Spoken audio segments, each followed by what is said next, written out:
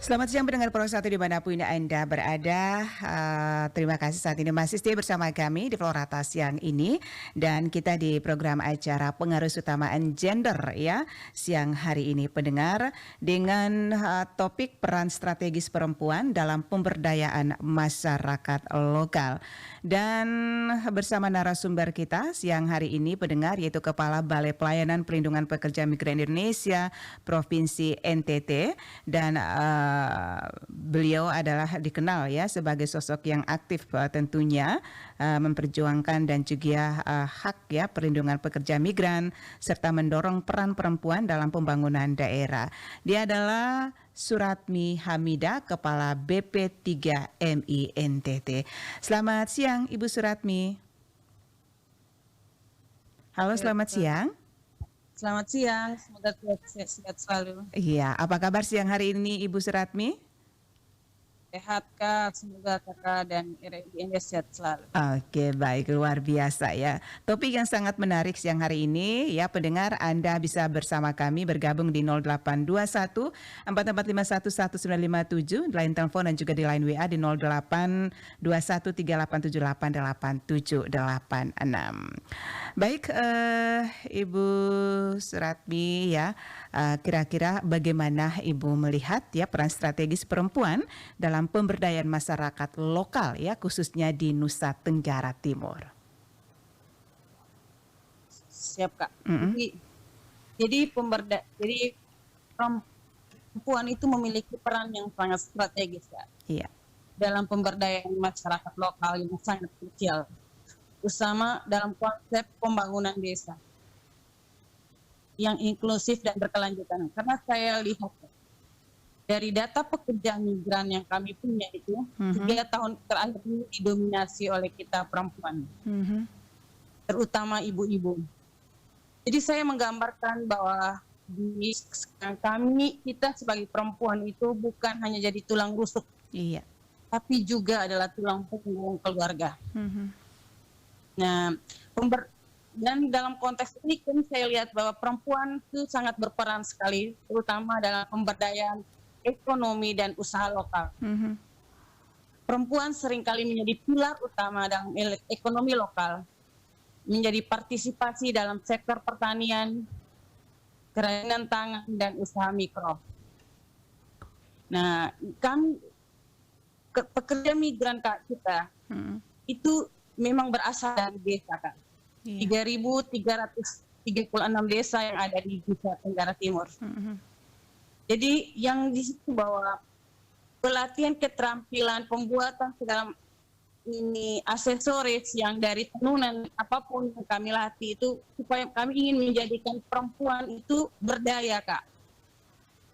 Jadi bagaimana dia bisa menciptakan peluang usaha baru, tidak hanya sebagai ibu rumah tangga, karena perempuan ini penggerak ekonomi keluarga Kak.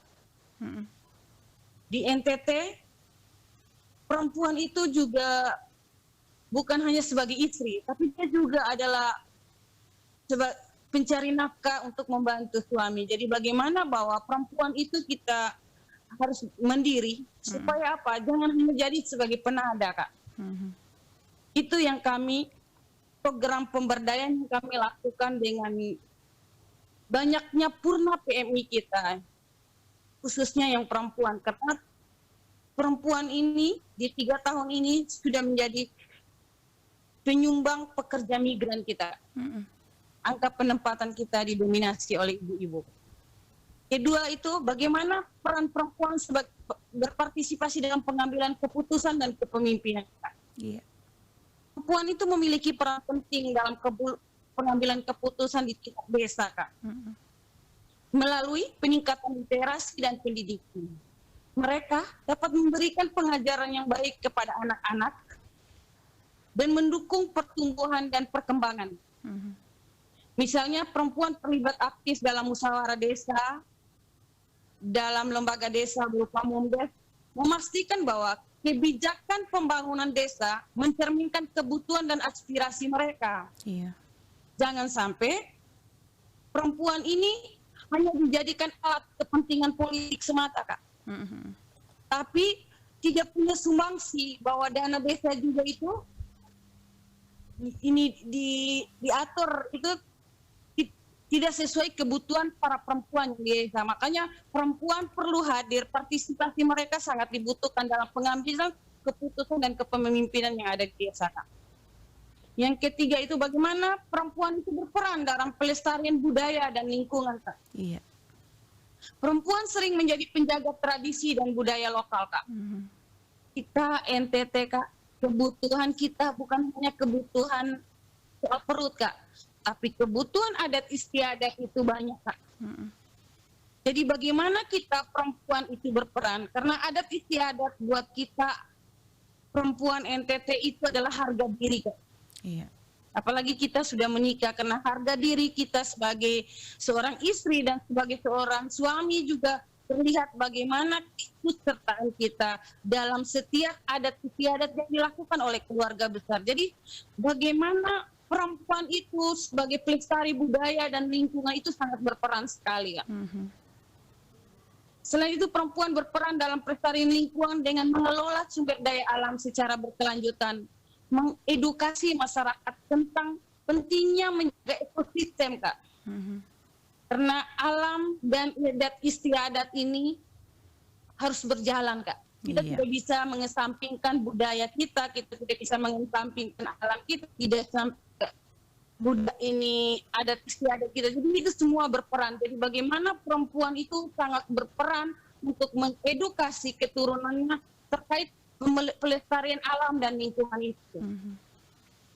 Yang ketiga, empat itu perempuan sebagai berperan dalam ketahanan pangan dan kesejahteraan keluarga.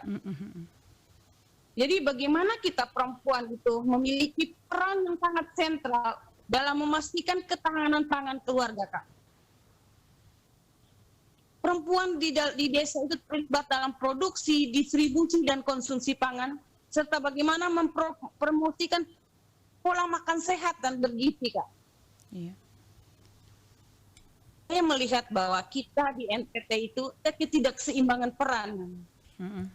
Jadi di mana kita perempuan itu lebih banyak mengambil peran, yang juga sebagai pencari nafkah di dalam keluarga dan peran-peran lain yang sebenarnya itu adalah sebenarnya harus seimbang antara kewajiban sebagai istri dan kewajiban sebagai seorang suami. Iya. Kadang-kadang karena budaya patriarki yang kita yang sangat tinggi, suami itu tidak bisa berperan, tidak semestinya dia sebagai seorang suami, Kak. Itu yang saya lihat, Kak. Oke, baik, ini itu tadi 4 ya, yang tentunya lagi satu, Kakak. Dengan advokasi dan organisasi perempuan, bagaimana seorang perempuan di tingkat desa berfungsi sebagai wadah perayaan dan advokasi, Kak. Karena yang bisa memperjuangkan, mengembangkan kapasitas dan keterampilan mereka itu, hak-hak mereka dan kepentingan perempuan itu harus dibentuk dalam sebuah forum, Kak. Kadang-kadang selama ini kan ketika mereka terjadi masalah atau apa kan karena tidak ada forum, sesama perempuan ini tidak bisa berbicara, Kak. Itu yang kelemahan kita. Jadi bagaimana supaya perempuan itu bisa memegang peran strategis di desa, sehingga ketika ada satu perempuan ada masalah, ada wadah yang mewadahi untuk sama-sama bersuara terkait itu.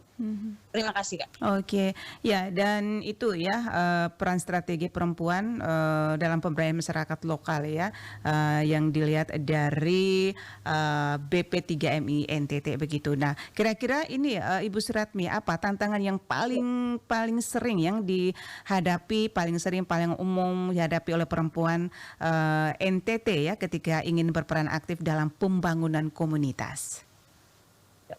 Tantangan yang paling berat dihadapi perempuan satu adalah, jadi perempuan itu seperti terpasung dalam kebebasan. Iya. Dia tidak punya kemampuan untuk berbicara, apalagi ketika dia sudah menikah, adat istiadatnya sudah dibayarkan semua. Jadi dia seperti kehidupan lebih banyak terbatas, Kak. Dapur, sumur, kasur. Sehingga apa yang terjadi pada dia pun dia pasrah. Itu yang saya ketika ini saya tanya para pekerja migran kita, apa motivasi terbesarmu ketika kamu mau menjadi pekerja migran? Bagaimana seorang istri itu, dia bukan hanya jadi tulang rusuk, dia adalah tulang punggung keluarga karena suaminya tidak mampu berperan sebagai pencari nafkah utama di dalam keluarga, Kak. Suaminya juga dengan penerapan budaya patriarki yang begitu maunya dilayani saja. Iya.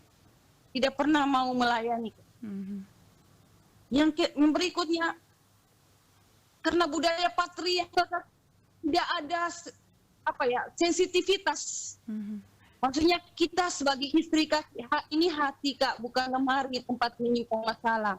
Kita butuh didengarkan, Kak. Kita butuh pelukan, butuh hadiah, pujian. Kan teks itu kan bukan soal hubungan badan saja ya, Kak.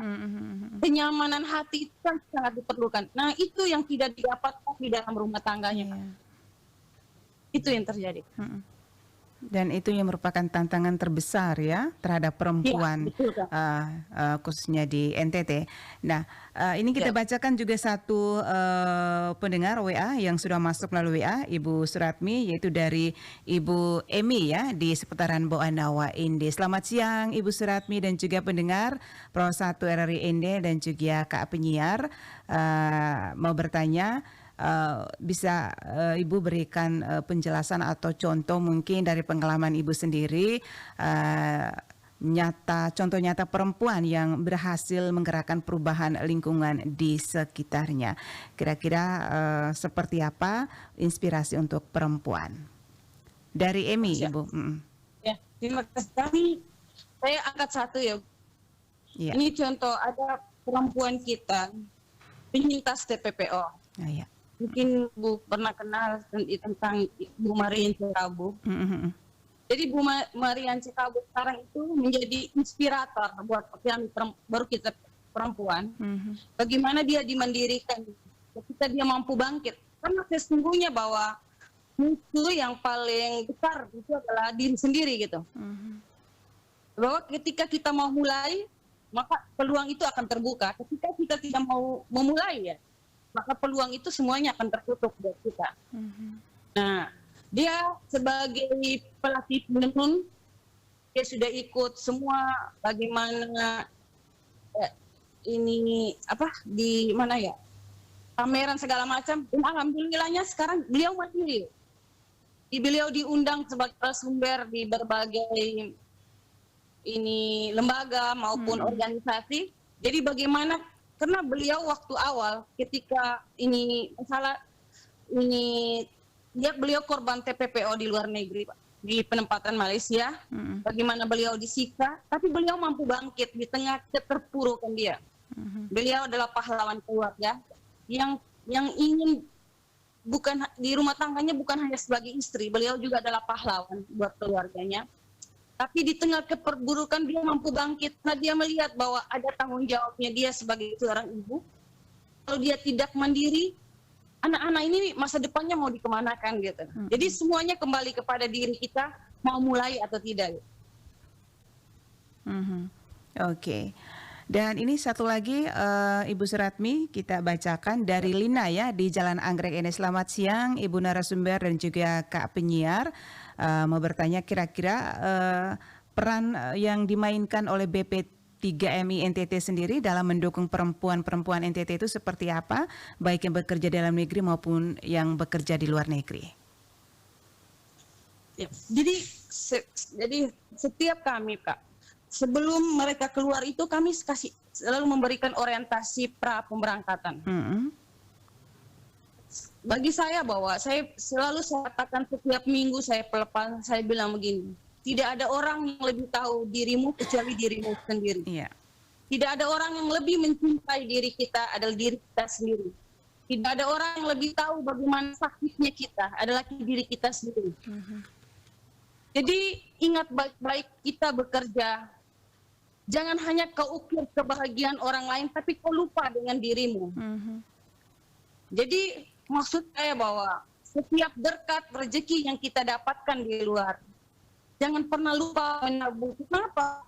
Hidup kita ketika selesai masa kontrak kita di luar negeri tidak ada yang tahu, Kak. Iya. Jangan sampai kita pergi dan pulang sama saja. Itu yang selalu saya bekali ke mereka. Untuk bagaimana untuk menabung. Yang berikutnya selalu saya tekankan bagaimana kita mengembangkan keterampilan kita supaya uang yang kita dapatkan ketika kita merantau ke luar negeri itu jangan hanya habis dikonsumsi, supaya putar untuk bisnis apa sesuai kompetensi yang kamu miliki. Karena kita orang NTT, budaya konsumtif, adat istiadat kita banyak, jangan sampai ini habis di hal-hal seperti itu. Terakhirnya kita migrasi berulang lagi. Nah, itu yang menjadi kelemahan dan catatan saya kepada mereka bahwa ketika kita memutuskan untuk keluar dari NTT, berarti kita sudah niat untuk berubah. Ketika kita pulang, kita harus bawa uang. Jangan sampai kita pergi dan pulang sama saja. Karena banyak sekali perempuan NTT, Kak. Semuanya manut, Kak. Baik kepada suami maupun keluarga. Uang semua dikirim, Kak. Iya. Terakhir masa kontrak selesai, Kak. Uangnya tidak ada, Kak. Itu yang terjadi, Kak. Jadi kelemahan kita ini apa nih? Terlalu baik. Baik dengan orang, lupa dengan diri sendiri. Itu yang terjadi, Kak, dengan perempuan NTT hari ini, Kak. Iya.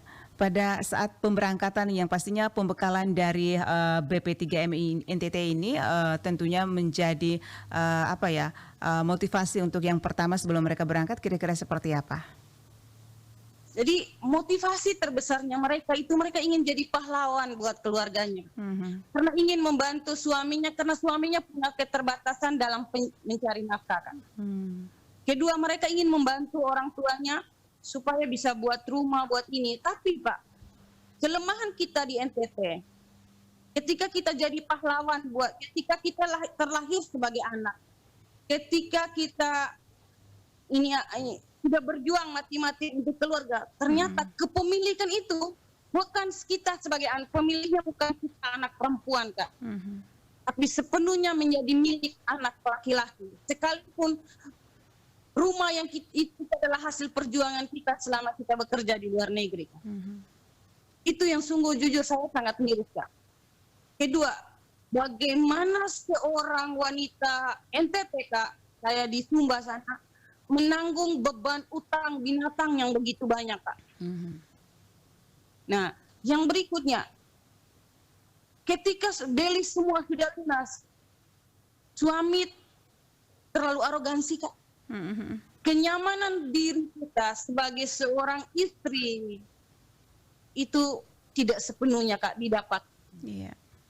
Akhirnya apa? Ada di beberapa orang, Kak, tidak semua PMI, kan, menganggap bekerja keluar itu adalah sebagai jalan satu-satunya untuk mencari ketenangan, Kak. Itu yang kenyamanan. Oke, baik.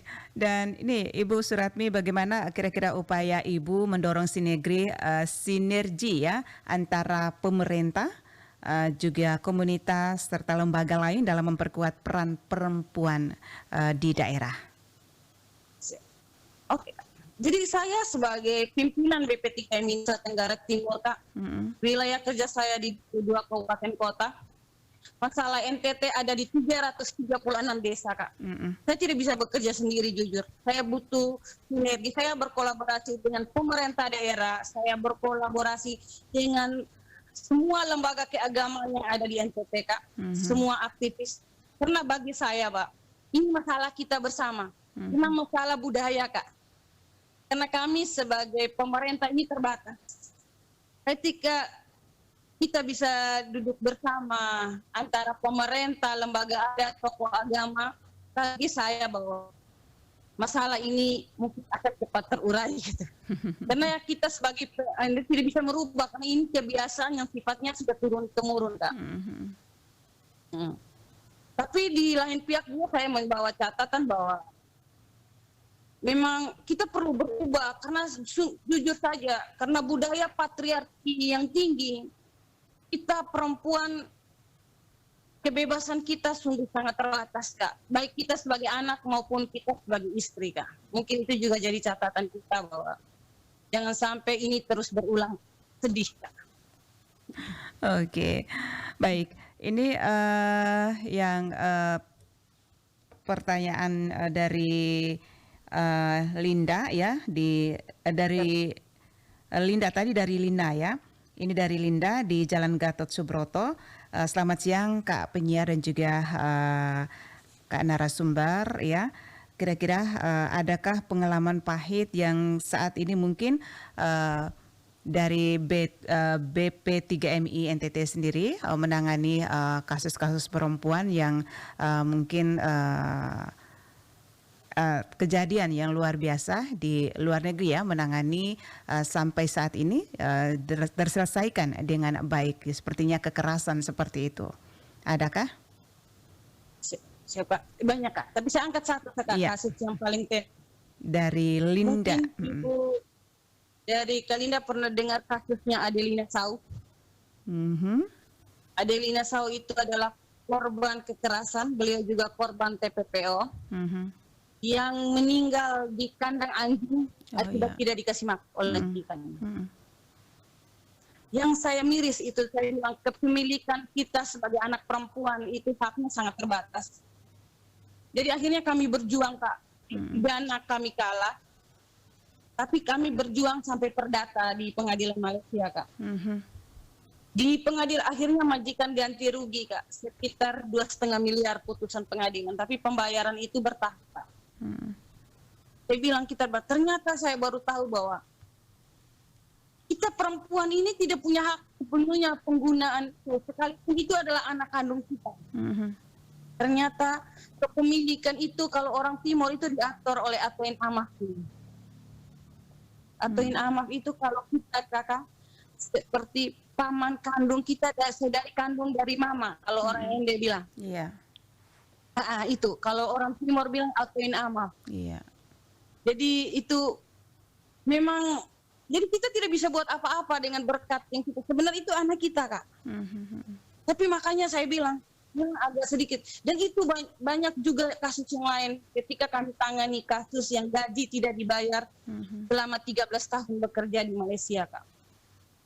Nah itu juga sama, uang itu diambil, didoa, dipimpin oleh Atuin Amafnya ya karena uang cash di depan mata, Kak. Jadi uang itu ternyata untuk dibagi-bagi. Nah itu makanya saya bilang edukasi itu bukan pemerintah sendiri. Bagaimana saya sering ingat gandeng sama-sama dengan teman-teman Sinode Gemit, dengan keuskupan untuk sama-sama kita edukasi warga kita. Iya. Karena jujur saya rasa di banyak kasus ini sungguh kami perempuan sangat rugi, Kak. Kita yang bekerja, kita yang berjuang, kita punya anak. Ternyata adat istiadat itu di atas segala-galanya, Kak. Itu yang terjadi, Kak. Ya. Baik. Dan ini terakhir dari kebersamaan kita Ibu Suratmi ya. Kira-kira ini apa pesan Ibu untuk para perempuan muda NTT ya, di NTT yang ingin ikut ambil bagian dalam pembangunan lokal?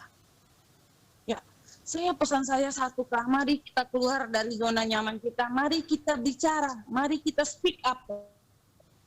Karena kelemahan perempuan hari ini di NTT, Kak, terpasung.